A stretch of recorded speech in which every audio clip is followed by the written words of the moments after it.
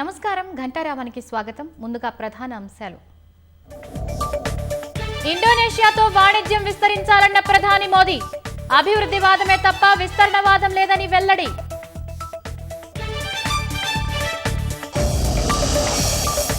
France అధ్యక్షుడికి తప్పిన పెను ప్రమాదం. డమాస్కస్ లో మెక్రాన్ బస చేసిన హోటల్ వద్ద పేలుడు.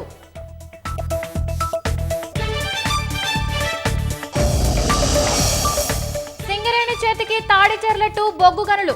సంస్థ కోలుకునేందుకు సువర్ణావకాశమన్న కిషన్ రెడ్డి.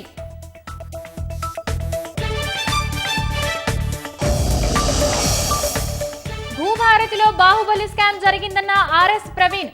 నిషేధిత భూముల పేరిట దందా సాగుతోందని ఆరోపణ.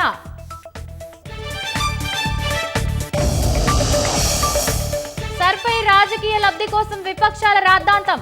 దొంగ ఓట్లు పుట్టించేందుకు విశ్వ ప్రయత్నాలు చేస్తున్నారన్న ఎంపీ లక్ష్మణ్.